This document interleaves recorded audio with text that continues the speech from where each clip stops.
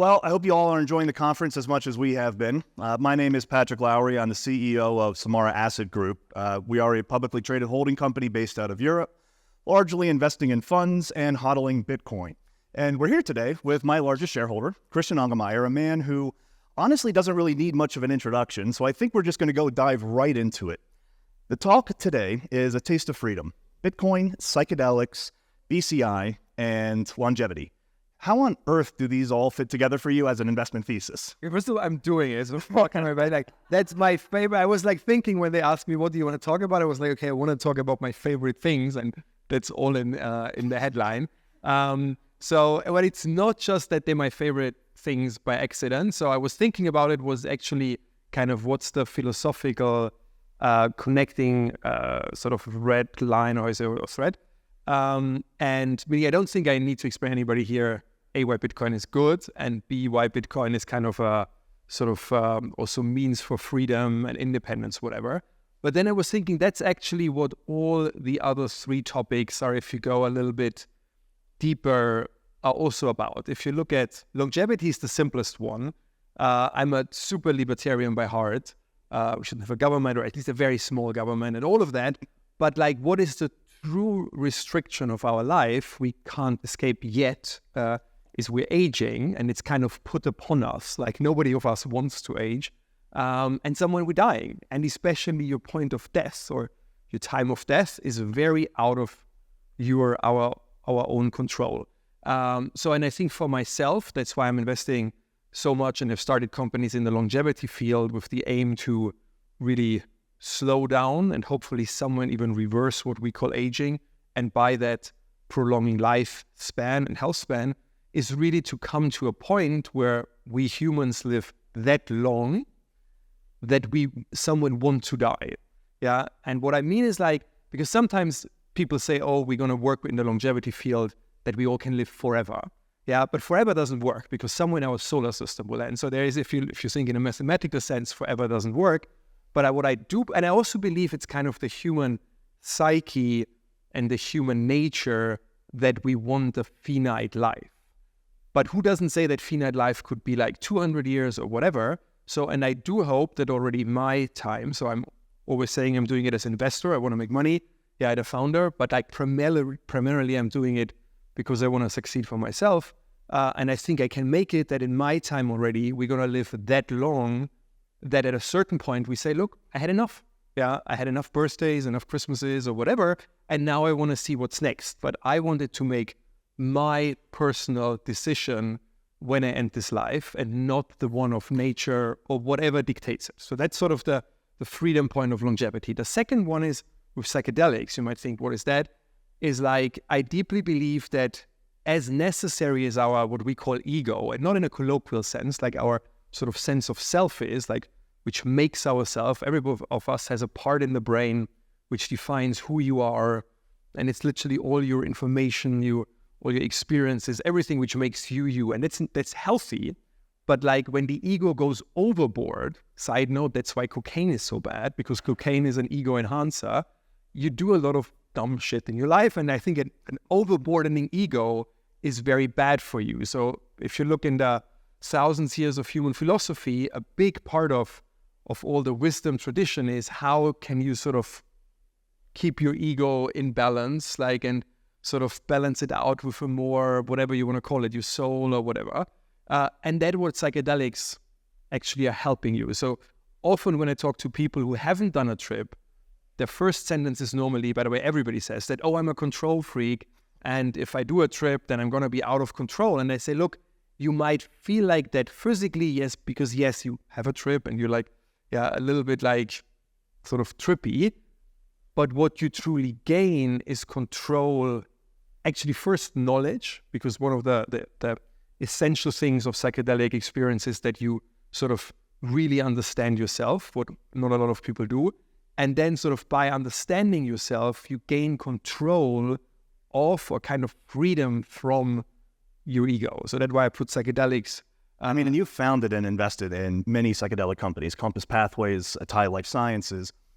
This sounds like a wonderful opportunity to help people that have mental health issues. What are the kind of barriers that the psychedelic field has to overcome for this type of treatment to become mainstream? Well, it's moving forward really quickly. So my company's Atai and Compass. So Compass Pathways is doing psilocybin, which is the active ingredient in so-called magic mushrooms, and Atai is doing all the other psychedelics, DMT, 5-MeO-DMT, a novel version of MDMA, a novel version of ketamine, ibogaine, and so on. So it's moving really quickly. So psilocybin, which is the front runner, the active ingredient in magic mushrooms, should hopefully be approved end of next year. Approved, by the way, means not that you can buy it everywhere, not even that you can take it at home for a prescription. Approved means you will be able to go to your doctor, your therapist, and do the session with them. So while you're tripping, you will be with the doctor, and then you can go home right after. So, but it's very important. So some people say, "Oh, Christian is too conservative. Yeah, why don't I don't know, make it you a prescription?" I don't think anyone's called you conservative. Well, but some people some people do. Some people do. Yeah, it's always the audience. Yeah, but like some people do.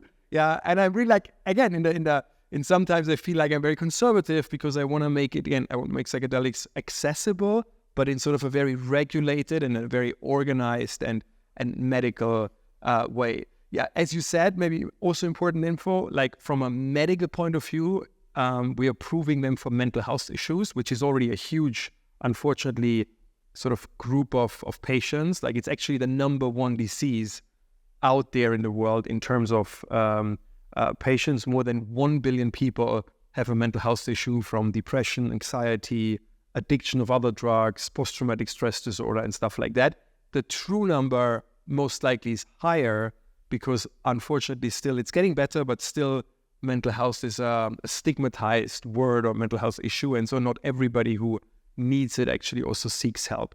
But beyond that, the funny sentence, like, I think I didn't say that way. Bloomberg made the headline that I discovered Bitcoin on a trip, which is a little bit longer, the story. But that was a hell of a headline. It goes in that direction, I think, for all of you except you, because you look like you're very young. But like let's say everybody here, I can't really see it with the light, like whoever is older than 30, you have a tremendous problem. You don't feel it, but like brain aging starts roundabout at the age of 30. The good thing is that the very bad stuff, which we all know, like Alzheimer's, dementia, Parkinson, comes much later.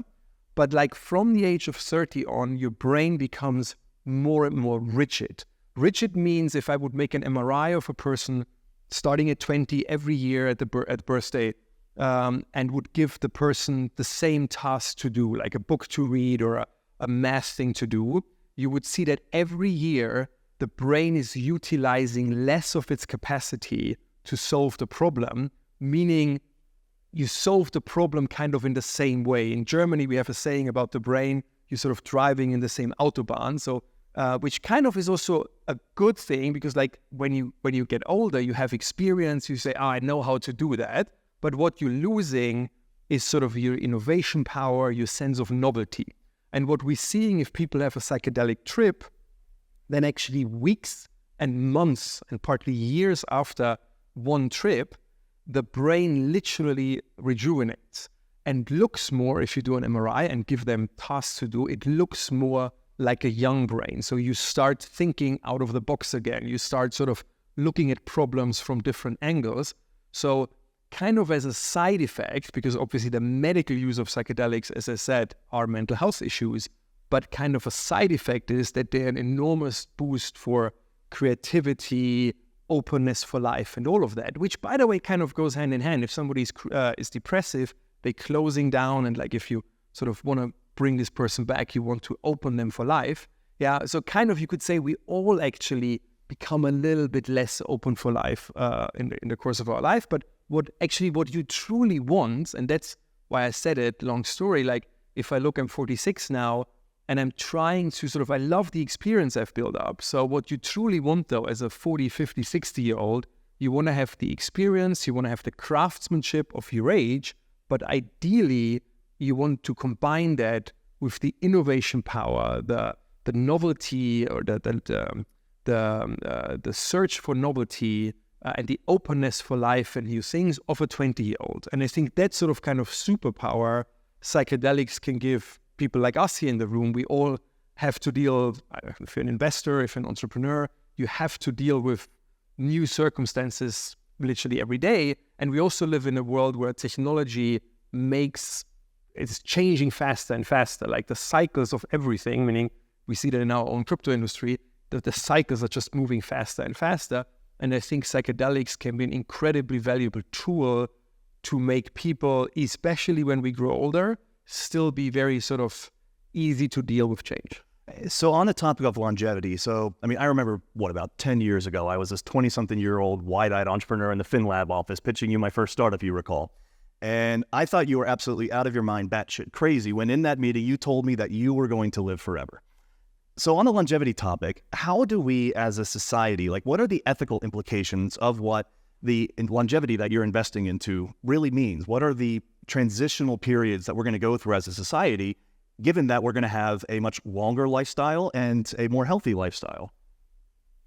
Very good question. Let me define it first. So the most important thing is, because people are normally then a little bit laughing and they're like, oh, he said that he's going to live for some 100 years. Yeah. What's not going to happen is that it's going to be a jump from where we now 86 years to 150 overnight. So it's not going to happen that you wake up and the headline in the media is, oh, Christian made it, found something, and now we all live 60 years longer. Yeah. By the way, why? Because scientifically, we use the word aging, and that was long actually what held the industry back. We used the word aging, and we thought for a long time that aging is a single disease. So people were actually looking 10 years ago for this magic switch, which sort of switched on and we start aging, and then it switched off, and if we could, and then aging would stop. And then actually a colleague of mine with whom I started a company, and I'm super proud that he did it with me, like Manuel Serrano. He wrote a paper in 2012, I think, where he for the very first time defined what is now sort of the common way to look at aging, what actually aging really is. And he defined that it's 12, and we're surely going to add over the next years more, but it's 12 what he called hallmarks of aging. So subcategories, but suddenly very tangible problems like loss of stem cells, like overboarding senescent cells, loss of metabolic function and whatever. And so he defined these hallmarks of aging and then said, and the picture they're forming, sort of the outcome of all of these 12 hallmarks of aging, we call aging. So in order to sort of reverse or slow down first and then reverse and stop aging, we need to actually attack all of these 12 hallmarks of aging. But the good news was they are attackable because they were suddenly very understandable sort of biological problems. So, but that means we're going to move incrementally. So it's not going to be the jump, but what I hope, and what I, not just hope, that's too little, because I see it in our portfolio. So we started two of the biggest longevity companies out there, Rejuveron and Cambrian, but also in the portfolio of others. It's a very collaborative sector because we need more solutions because there are all these 12 and hope somewhere more hallmarks of aging. What I see is that we're moving so well forward that I believe someone in the next 10 years, maybe earlier, rather earlier than later, we're going to have this one magic year where we win more than 1 year of added life expectancy. So we lose one calendar year, but we win more than 1 year sort of an add-on. And from that one magic year on, like it's called aging or longevity escape velocity, we theoretically then can just go on forever because we're adding more of potential than sort of life or time is taking away. So it's going to be sort of this gradual move. But I also think, like, coming to your question with society, that means in the next year, 10 years, we can move into the 90s. And if you look at certain things like life insurances, or meaning not so much America, but like the entire European governments are built on what we call generational contracts. So we don't even have sort of a proper insurance system. It's actually the younger people pay for the older people, but it's all made on the math. Yeah, that sort of life expectancy is 85. It's something going to be 95. Yeah, society will fundamentally change. Think about marriage. Think about not just about money, but think about other societal things. Like suddenly the sentence "till death brings us apart" has a total new meaning. You're going to sit there or stand there, and it's like, okay, do I really want to do that for that long? Yeah. So I think we have to.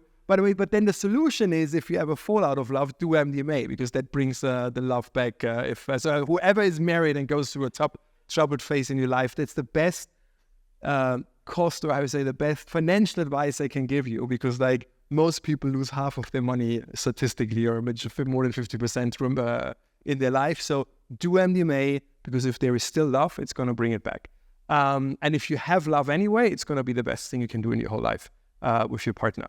But I think, like, jokes aside, like, I think societies will change dramatically over the next 10 years, but not just in a bad way, because like also, and I see the time is off, but like, actually, I think I'm always an optimist, but the good stuff will compensate the bad stuff. Take, for example, I think people, for example, want to work longer. There's always this discussion like, when should we go into retirement age? But the problem is, especially in like physical stuff, whatever, people just can't do it anymore. Because like, for example, from the age of 60, we losing muscles very quickly. So some people just can't, not even just work, they can't participate in life really. Like, good news, that's why I'm super excited. We got from one of our private companies yesterday data for the very first drug, which you take it, you put on more muscles even if you don't train.